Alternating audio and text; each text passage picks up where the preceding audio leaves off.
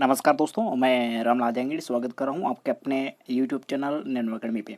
दोस्तों, अपन कक्षा 12वीं जो कि इतिहास विषय RBSC राजस्थान माध्यमिक शिक्षा बोर्ड की जो बुक्स हैं उसके पहले अध्याय का अध्ययन कर रहे हैं अपन।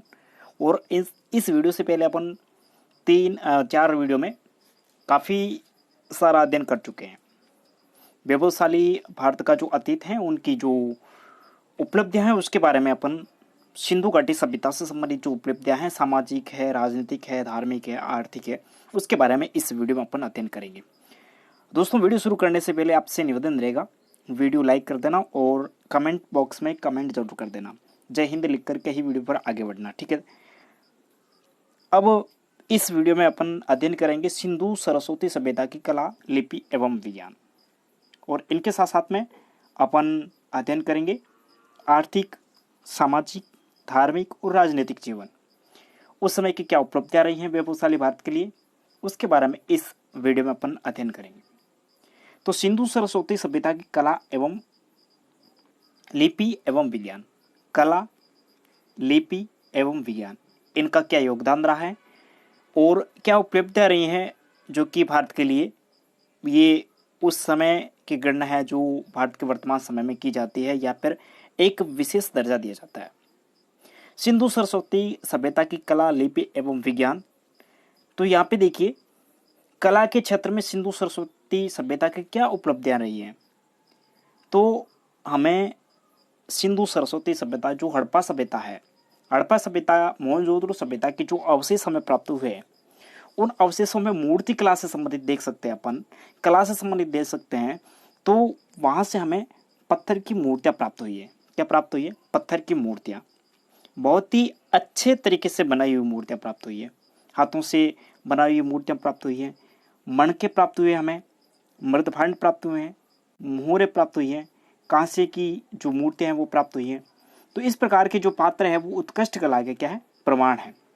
इस प्रकार के जो पात्र हमें प्राप्त हुए हैं ये उत्कृष्ट कला के प्रमाण हैं और ये वैभवशाली भारत के लिए या फिर वैभवशाली जो भारत की अतीत है उसकी क्या है? उपलब्धियां हैं, उपलब्धियों में गिना जा सकता है। उसके बाद में कला के बारे में हो गया और कला के बाद में अब आता है लिपि।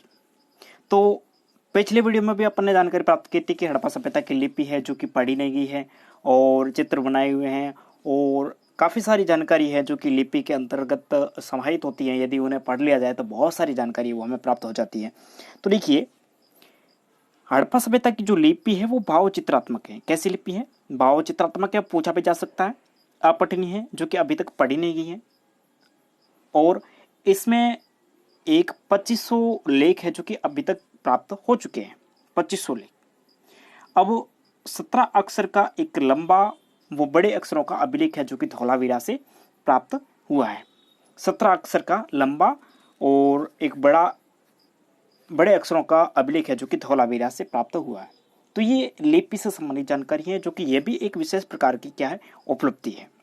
उसके बाद में विज्ञान की दृष्टि से देख सकते हैं कि विज्ञान हड़प्पा सभ्यता में किस प्रकार से था, कितना कार्य विज्ञान के क्षेत्र में हुआ था और वर्तमान समय में विज्ञान जितना उत्कृष्ट है उतना विज्ञान पहले भी उत्कृष्ट था या फिर विज्ञान की जानकारी है वो हड़प्पा सभ्यता के लोगों को कितनी थी, कितनी नहीं थी।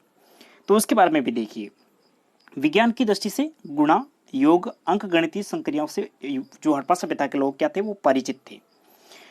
ये गुणा, योग और अंक गणितीय जो संक्रिया है, प्रक्रिया है, उनसे हड़प्पा सभ्यता के लोग क्या थे? परिचित थे। ये गणितीय संक्रियाओं से संबंधित हो गया। उसके बाद में देखिए, एक हड़प्पा सभ्यता के उत्खनन से जो स्थल है वहां से एक खोपड़ी प्राप्त हुई है। उन खोपड़ी में क्या है?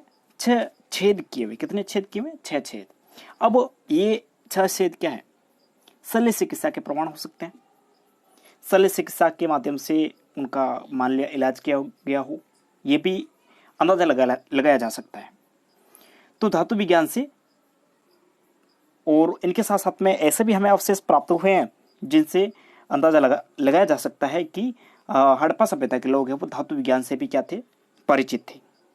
तो यहाँ तक जानकारी प्राप्त हुई कि कला के क्षेत्र में सिंधु घाटी जो सिंधु सरस्वती सभ्यता है उसके बारे में जो उपलब्धियां हैं वो बहुत ही अच्छी उपलब्धियां रही। पत्थर की अच्छी मूर्तियां हमें प्राप्त हुई, मणके प्राप्त हुए, मृदभांड प्राप्त हुए, मोहरें प्राप्त हुई, कांस्य की मूर्तियां प्राप्त हुई जो कि एक सुदृढ़ अच्छे तरीके से बनाई हुई मूर्तियां हैं जो कि बनी हुई थी। उसके साथ में हमें लिपि प्राप्त हुई जो कि अपठनीय पढ़ी नहीं गई है, भाव चित्रात्मक है, और 2500 लेख है जो कि हमें प्राप्त हो चुके हैं। विज्ञान के क्षेत्र में भी बहुत सारी उपलब्धियां रही, गुणा योग जैसी ये अंक गणितीय संक्रिया है जिनसे वहाँ के लोग हैं वो क्या थे, परिचित थे, और शल्य चिकित्सा से संबंधित भी जानकारी हमें वो प्राप्त होती है। अब आगे बढ़ते हैं। आर्थिक उपलब्धियां, हड़प्पा सभ्यता से संबंधित जो आर्थिक उपलब्धियां हैं क्या क्या रही हैं, वहाँ के हड़प्पा सभ्यता के जो लोग हैं वो किस प्रकार की गतिविधियों में सम्मिलित थे, उनके बारे में। तो आर्थिक उपलब्धियों में दोस्तों देखिए, ज़्यादातर आर्थिक उपलब्धियों में क्या आता है, लोग जीवन यापन कैसे करते हैं, उनका जो अर्थतंत्र है वो कैसे चलता है, आर्थिक ढांचा है वो, उनका अर्थव्यवस्था है वो किस पर टिका हुआ है, इन पर या फिर इनसे संबंधित चर्चा है वो इसमें करेंगे। तो आर्थिक उपलब्धियां देखिए हड़प्पा सभ्यता से संबंधित, इसमें देखिए कृषि कार्य, हड़प्पा सभ्यता के लोग हैं जो कि ज्यादातर किस पर निर्भर थे, कृषि कार्य। अब कृषि कार्य के बारे में हमें जानकारी कैसे प्राप्त होती है, तो देखिए जो अनागार मिले हमें हड़प्पा सभ्यता के जो स्थल है उनके उत्खनन से क्या मिले, अनागार। अनागार जो कि पिछले वीडियो में भी अपन ने पढ़ा था कि बड़े बड़े अनागार मिले हैं और वहाँ जो अनाजों का भंडारण होता था। इसके साथ में एक और अवशेष हमें प्राप्त होते हैं, कालीबंगा से। कालीबंगा से किसके अवशेष प्राप्त हुए, कमेंट कीजिए। जुते हुए खेत के साक्ष्य है जो कि प्राप्त हुए, एक दूसरे पर तिरछे जुते हुए खेत के साक्ष्य हैं जो कि प्राप्त होते हैं, कहाँ से होते हैं, ये कालीबंगा से प्राप्त होते हैं। तो इससे इतिहासकार है वो अंदाजा लगा सकते हैं या फिर अंदाजा लगाते हैं कि कृषि कार्य है जो कि उन्नत अवस्था में था, और एक समय में या फिर एक समय के बाद में एक साल में 2 प्रकार की खेती भी की जा सकती थी या फिर की जाती थी। कृषि कार्य उन्नत अवस्था में था, अन्य फसलें भी इनके साथ साथ में ली जाती थी, कपास की खेती होती थी, और उसके बाद में देखिए कृषि के साथ साथ में आर्थिक गतिविधियां और किस पर निर्भर थी, तो और देखिए उद्योग या व्यापार में, उद्योग व्यापार में देखिए धातु उद्योग में तांबे और कांसे के जो अवशेष है वो हमें प्राप्त हुए। तो अंदाजा लगा सकते हैं कि धातु उद्योग भी प्रचलित था, और उसके बाद में मिट्टी के बर्तन हमें प्राप्त हुए हैं, तो मिट्टी का उद्योग भी प्रचलन में था, व्यापार होता था मिट्टी के बर्तनों का। और इसके साथ में वस्त्र उद्योग से संबंधित हमें अवशेष प्राप्त होते हैं, कपास की खेती के अवशेष हमें प्राप्त होते हैं, कताई बुनाई के जो तकलिया और तकवे हैं जो कि प्रयोग में लिए जाते थे कताई बुनाई के लिए, वो भी हमें प्राप्त हुए। तो इसका मतलब अंदाजा लगा सकते हैं कि उस समय की जो आर्थिक गतिविधियां हैं वो कपास की खेती के अवशेष मिले हैं, तो कपास पर निर्भर थी, और इनके साथ साथ में धातु उद्योग पर निर्भर थी, मिट्टी के बर्तनों का व्यापार होता था, वस्त्र उद्योग प्रचलित था। और इसके साथ साथ में इसमें मैं लिखना भूल गया, पशुपालन के अवशेष भी हमें जो प्राप्त होते हैं, तो पशुपालन भी वहां प्रचलित था। उसके बाद में व्यापार एवं वाणिज्य में देखिए, व्यापार एवं वाणिज्य 2 प्रकार से होता था, एक तो होता था व्यापार आंतरिक और एक होता था बाह्य व्यापार। आंतरिक व्यापार यानी जो कि अपने इस सभ्यता के अंदर, हड़प्पा सभ्यता के अंदर होता था, और बाह्य व्यापार यानी जो कि एक सभ्यता से दूसरी सभ्यता में होता था। अपन वर्तमान समय में कह सकते हैं आंतरिक व्यापार यानी अंतर्राज्यीय या फिर अंतर्राष्ट्रीय या फिर वैश्विक व्यापार, एक देश के अंदर होने वाला व्यापार और एक देश से बाहर होने वाला व्यापार, ऐसे भी कह सकते हैं अपन। तो व्यापार एवं वाणिज्य में आंतरिक व्यापार और बाह्य व्यापार, ये दोनों प्रकार का व्यापार प्रचलित था। अब इनके भी अवशेष मिले हैं जिनसे अपन अंदाजा लगा सकते हैं कि आंतरिक व्यापार और बाह्य व्यापार है वो होता था। इसमें देखिए ताम्र, खनिज, रत्न, उपरत्न एवं धातु निर्मित सामग्री, ये व्यापार में काम में लिए जाते थे। तांबा है जो कि राजस्थान के गणेश्वर से, और सोना मैसूर से, और चांदी ईरान व अफगानिस्तान से, और मनके के लिए पत्थर गुजरात व महाराष्ट्र से मंगवाए जाते थे। इन हड़प्पा सभ्यता में इन जो धातु दे रखे हैं ऊपर, इन धातुओं की आपूर्ति उपरोक्त स्थानों से प्राप्त की जाती थी। तांबा कहाँ से आता था, राजस्थान के गणेश्वर से, सोना है जो कि मैसूर से आता था, चांदी है वो ईरान और अफगानिस्तान से मंगवाई जाती थी, और मनके बनाने के लिए जो उत्कृष्ट प्रकार के पत्थर होते थे अच्छे किस्म के, वो गुजरात और महाराष्ट्र से मंगवाए जाते थे, यानी कि ये आंतरिक व्यापार होता था। उसके बाद में एक और अवशेष हमें प्राप्त होते हैं मेसोपोटामिया से भी व्यापार होता था। मेसोपोटामिया से भी वहाँ के जो अवशेष मिले हैं, वहाँ की जो वस्तुएं मिली हैं, मृतभांड मिले, उनसे अंदाजा लगा सकते हैं कि जो मृतभांड संस्कृति है वो हड़प्पा सभ्यता की समकालीन संस्कृति मानी जाती है। तो वहाँ से जो हमें मुहरें भी मिली हैं, तो उनसे भी अपन अंदाजा लगा सकते हैं कि जो हड़प्पा सभ्यता का जो व्यापार है वो मेसोपोटामिया के साथ में था। एक शब्द प्रयोग होता है मेसोपोटामिया में, मेलुआ। क्या शब्द है? मेलुआ। अब मेलुआ शब्द किसके लिए प्रयोग करते थे? सिंधु वासियों के लिए प्रयोग करते थे मेसोपोटामिया के लोग। मेहलुआ सिंधु वासी है, उनके लिए प्रयोग किया जाता था। कहाँ किया जाता था? मेसोपोटामिया में। तो इसी प्रकार आर्थिक गतिविधियों में जो कि कृषि कार्य और उसके बाद में हड़प्पा सभ्यता के लोग उद्योग और व्यापार पर निर्भर थे, और इसके साथ में व्यापार और वाणिज्य, और इनके साथ में पशुपालन। इनके अलावा भी और भी गतिविधियां थी, लेकिन जो मुख्य रूप से ये 4-5 गतिविधियां हैं, इन पर है वो आर्थिक उपलब्धियां हैं, जो कि वर्तमान में अपने व्यवसायी भारत के अतीत में गिनी जाती हैं। ये तो हो गया अपने आर्थिक उपलब्धियां। उसके बाद में सामाजिक जीवन की विशेषता। सामाजिक जीवन कैसा था हड़प्पा सभ्यता के लोगों का, और लोग कैसे अपना जीवन यापन करते थे, और सामाजिक ढांचा किस प्रकार से था, और किस प्रकार से सामाजिक रीति रिवाज है वो प्रचलित थे। तो देखिए, सामाजिक जीवन की प्रमुख विशेषताओं में सामाजिक जीवन है वो शासक, जो किन किन वर्गों में समाज है वो वर्गीकृत था। तो पहला सबसे प्रमुख है शासक, उसके बाद में दूसरा है कर्मचारी वर्ग, और तीसरा है सामान्य वर्ग, फिर श्रमिक वर्ग और कृषक वर्ग।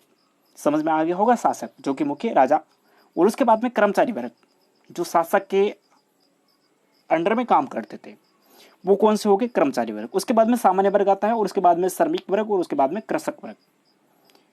ये सामाजिक व्यवस्था इस प्रकार से थी, सामाजिक ढांचा इस प्रकार से था हड़प्पा सभ्यता का। और इसके साथ में देखिए, शासक व महत्वपूर्ण कर्मचारी गढ़ी में रहते थे। एक तो होता था गढ़, जिन्हें गढ़ी कहा जाता था, और दूसरा क्या होता था? नगर। ये अपने पिछले वीडियो में भी पढ़ा था, इनकी विशेषताओं के बारे में भी अपन ने पढ़ा था। गढ़ ऊपर होता था, नगर है को जो कि नीचे होता था। नगर में सामान्य लोग रहते थे, गढ़ में जो कि वीआईपी लोग कह सकते हैं अपन, शासक और उनके जो कर्मचारी वर्ग होते थे वो रहते थे। इनकी सुरक्षा, गढ़ की सुरक्षा है वो ज़्यादा होती थी, नगर की सुरक्षा कम होती थी। इनका नगर का क्षेत्र है जो कि बड़ा होता था, गढ़ का क्षेत्र छोटा होता था। गढ़ है ऊंचाई स्थान पर बने हुआ होता था, नगर है जो कि निचले स्तर पर होता था। तो ऐसे अपन ने पिछले वीडियो में अपन ने अध्ययन किया था गढ़ और नगर के बारे में। तो गढ़ में कौन रहते थे? गढ़ में शासक, और वो शासक के जो महत्वपूर्ण कर्मचारी होते थे वो कहाँ रहते थे? गढ़ में रहते थे। और नगर में कौन रहते थे? अन्य वर्ग जो कि सामान्य वर्ग है, श्रमिक वर्ग है, कृषक वर्ग है, ये किस में रहते थे? नगर में रहते थे। तो ये तो हुआ अपना सामाजिक व्यवस्था की प्रमुख विशेषताओं में। उसके बाद में कुछ अवशेष हमें ऐसे मिलते हैं, जो कि उस समय हड़प्पा सभ्यता का जो समाज है, हड़प्पा सभ्यता का समाज है, वो समाज कैसा था? तो वो समाज मात्र सत्तात्मक परिवार था। परिवार है जो कैसे थे? मात्र सत्तात्मक। वर्तमान समय में ज़्यादातर सभी जगह नहीं, ज़्यादातर परिवार कैसे हैं? पितृ सत्तात्मक, यानी कि परिवार में जो मुखिया का काम है या फिर सर्वाधिकार किसके पास में है? पिताजी के पास में है। तो उस समय ज़्यादातर अधिकार किसके पास में होता था? माताओं के पास में होता था, और माताएं वो अपने परिवार का संचालन करती थी। तो इसलिए परिवार कौन सा हुआ? मात्र सत्तात्मक परिवार हुआ। इसके साथ साथ में परिवार की सबसे छोटी इकाई कौन सी है? परिवार है वो समाज की सबसे छोटी इकाई मानी जाती थी। तो समाज में अन्य सामाजिक गतिविधियां भी होती थी। महिला और पुरुष ये दोनों क्या पहनते थे? आभूषण पहनते थे। ऐसे भी अवशेष हमें वो प्राप्त होते हैं। तो परिवार मुख्य रूप से अपने 3 बातें यहाँ पे हैं। जो समाज है जो कि शासक, कर्मचारी वर्ग और सामान्य वर्ग, श्रमिक वर्ग और कृषक वर्ग, इनमें विभाजित था। और इनके साथ साथ में शासक और उनके जो महत्वपूर्ण कर्मचारी होते थे वो कहाँ रहते थे? गढ़ी में रहते थे, और अन्य किस में रहते थे? नगर में रहते थे। और परिवार है वो मात्र सत्तात्मक होता था, और परिवार समाज की सबसे छोटी इकाई हुआ करती थी। ये मुख्य जानकारी है जो कि सामाजिक जीवन की प्रमुख विशेषताओं में गिनी जाती है। दोस्तों, कमेंट जरूर करते रहना, साथ साथ में वीडियो लाइक भी कर देना। आगे बढ़ते हैं। धार्मिक जीवन की उपलब्धियां। धार्मिक जीवन की उपलब्धियां क्या क्या है? तो देखिए, सामाजिक क्षेत्र में देख लिया अपने, आर्थिक क्षेत्र में देख लिया। अब उस हड़प्पा सभ्यता के जो लोग हैं वो धार्मिक जीवन में किस प्रकार से थे, और क्या उपलब्धियां रही हैं उनकी अपने वर्तमान समय के लिए, वर्तमान समाज के लिए। तो देखिए, उस समय के जो अवशेष हमें प्राप्त हुए, उन अवशेषों से हमें प्राप्त होता है कि वृक्ष, जल एवं पशु पूजा की जाती थी। वृक्ष की पूजा की जाती थी, वर्तमान समय में भी की जाती है, धार्मिक आधार मानते हैं लोग, और धर्म का आधार मान करके वृक्ष की पूजा की जाती है, जल की पूजा की जाती है। हड़प्पा से प्राप्त मूर्ति के ग्रिप से पौधा निकलता हुआ एक अवशेष हमें प्राप्त हुआ है कि हड़प्पा सभ्यता से एक मूर्ति प्राप्त हुई हमें, और उनके गर्भ से पौधा निकलता हुआ दिखाई दे रहा है। तो ये भी एक धार्मिक उन्हें वरीयता दी गई है। उसके बाद में तप, योग व यज्ञ, अग्निकुंड व अग्निवेदिकाएं। उत्खनन से अग्निकुंड मिले हैं, अग्निवेदिकाएं भी मिली हैं। तो इनसे अंदाज़ा लगा सकते हैं कि अग्निकुंड और अग्निवेदिकाओं से, यानी कि तप, योग व यज्ञ हुआ करता था। योगासन मुद्रा में जो मिट्टी की मूर्तियाँ मिली हैं उनसे भी अंदाज़ा लगा सकते हैं कि योग यहाँ पे प्रचलित था, योग में रुचि रखते थे। तो तप, योग व यज्ञ ये भी प्रचलित था धर्म में, सामाजिक जीवन में, धार्मिक जीवन में। वृक्ष, जल एवं पशु पूजा भी होती थी, और इनके साथ साथ में योग भी होता था, यज्ञ भी होता था, और अन्य कर्मकांड भी, अग्निवेदिकाएँ, यज्ञ ये वगैरह होते थे। तो ये हुआ धार्मिक जीवन की प्रमुख उपलब्धियों के बारे में। उसके बाद में राजनीतिक जीवन, हड़प्पा सभ्यता के लोगों का राजनीतिक जीवन कैसा था, हड़प्पा सभ्यता का जो राजनीतिक जीवन है वो कैसा था, किस प्रकार से राजनीतिक जीवन है जो कि सबसे सुदृढ़ मानी जाती है। हड़प्पा सभ्यता एक सुव्यवस्थित सभ्यता मानी जाती है। तो इनका राजनीतिक जीवन कैसा था उसके बारे में देखिए।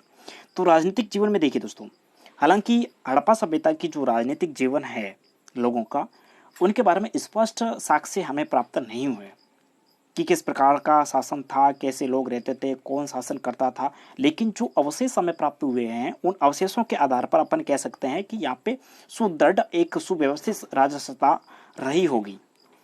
इनके प्रमुख 4-5 केंद्र रहे होंगे जो कि अपने वैदिक कालीन सभ्यता में भी रहे थे।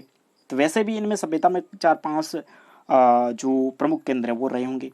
हड़प्पा, मोहनजोदड़ो, कालीबंगा, लोथल, ये 4 प्रमुख केंद्र रहे होंगे।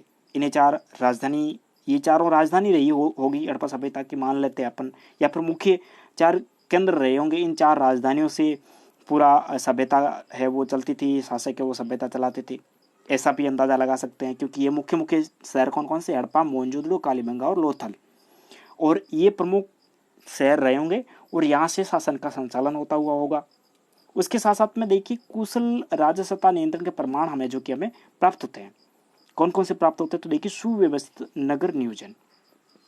नगर नियोजन के बारे में हमने पिछले वीडियो में भी पढ़ा था कि यहाँ पे समकोण पर काटती हुई सड़कें बनी हुई है, और इनकी जो जल निकास व्यवस्था है जो कि वो भी इतनी सुनियोजित है। जल संरक्षण की देख लीजिए, यहाँ पे इतनी सुनियोजित तो जल निकास की व्यवस्था है। और इनके साथ साथ में स्वच्छता के बारे में भी पिछले वीडियो में अपने पढ़ा था कि प्रत्येक गली के बाहर में एक कुंड बना हुआ था, कुंड के ऊपर से एक नाली जाती थी, और भारी कचरा वो कुंड में जमा हो जाता था। तो ये क्या है, सुव्यवस्थित नगर नियोजन था।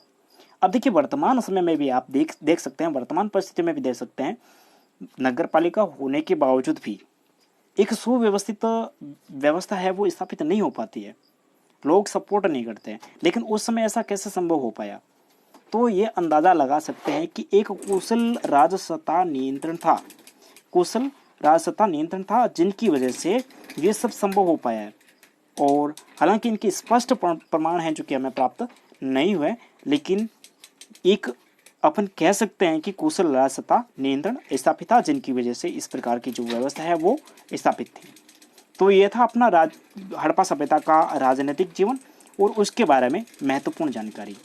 तो आज का वीडियो अपना इतना ही रहेगा दोस्तों। आपसे पुनः निवेदन है, कमेंट बॉक्स में कमेंट जरूर कीजिएगा, वीडियो कैसा लगा उनके बारे में भी कमेंट कीजिए, और वीडियो लाइक ज़रूर कीजिए, और अपने दोस्तों तक ज़रूर पहुँचाइएगा, क्योंकि आने वाले वीडियो जो कि आपके लिए और आपके दोस्तों के लिए और आपके परसेंटेज में इजाफा करेंगे।